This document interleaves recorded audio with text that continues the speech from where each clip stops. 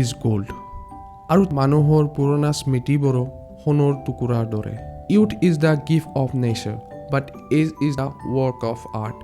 তেনেদৰে কিছুমান থিংছো আছে যি পুৰণা ভঙা ফুটা হ'লেও তাৰ মূল্য আজিও বহু বেছি ৱেল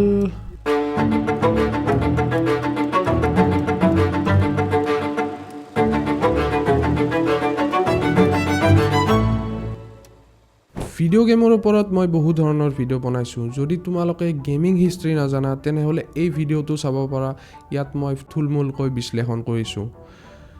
চোৱা বৰ্তমান মাৰ্কেটত PS5, PS5 Slim, PS5 Pro,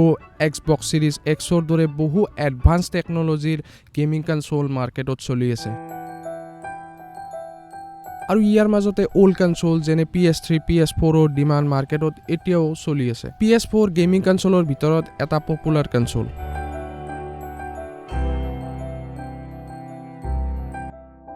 আৰু ইয়াক Sonyয়ে 2013ত লঞ্চ কৰিছিল সেই সময়ত ইয়াক ইউজ কৰাৰ সময় আৰু পইচা দুয়োটাৰে অভাৱ আছিল সো সেইকাৰণে ভাবিলোঁ যে এতিয়া সময় আৰু দুয়োটাই আছে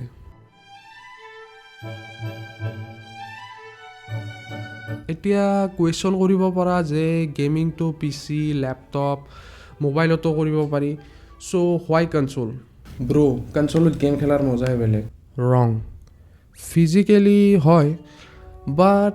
টেকনিক্যালি ইয়াৰ ৰিজন হৈছে ইয়াত থকা এক্সট্ৰা হাৰ্ডৱেৰ সফটৱেৰ কেৱল গেমিঙৰ কাৰণেহে তৈয়াৰ কৰিছে যেনেকে কম্পিউটাৰ এটাত প্ৰচেছৰ ৰেম ষ্টৰেজৰ অপচন থাকে ঠিক তেনেদৰে গেমিং কনসোলতো কাস্টম মেড প্ৰচেছৰ ৰেম ষ্টৰেজৰ অপচন দেখিবলৈ পোৱা যায় সো প্লেষ্টেচন 4 বৰ্তমান সময়ত ব্যৱহাৰ কৰিব পাৰি জানো ওকে এইটোৰ এনসাৰ দিয়াৰ আগতে তোমালোকে জানি লোৱা যে প্লেষ্টেচন 4 পুৰণা হ'লেও ইয়াৰ গেমিং পাৰফৰ্মেন্স এতিয়াও টপ নচ হৈ আছে বহু ধৰণৰ লেটেষ্ট গেম এতিয়াও 30-60 FPS উইথ 4K আৰু 1080p খেলিব পাৰি আৰু বৰ্তমান মাৰ্কেটত পোৱা 40-50,000 ৰ গেমিং পিচিও ইয়াক গেমিং পাৰফৰ্মেন্সত বিট কৰিব নোৱাৰে যিয়ে নহওক PS4 বৰ্তমান সময়ত ব্যৱহাৰ কৰিব নিশ্চয় পাৰি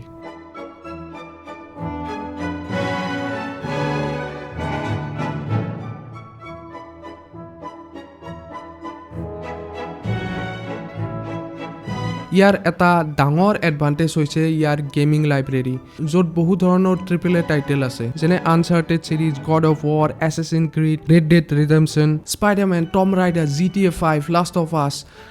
ভিডিঅ' শেষ হৈ যাব কিন্তু নাম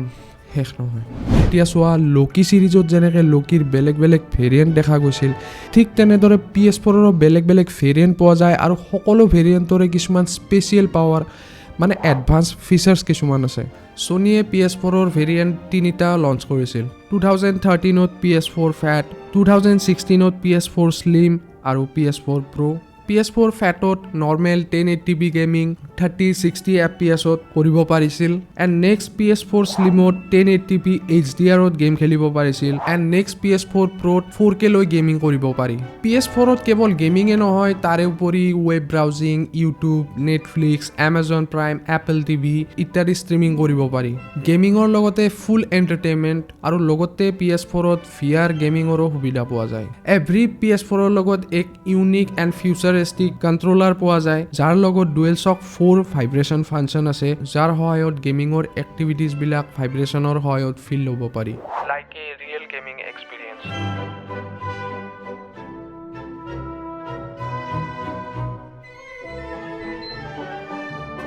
Now as for its price there are many types of prices in the second hand market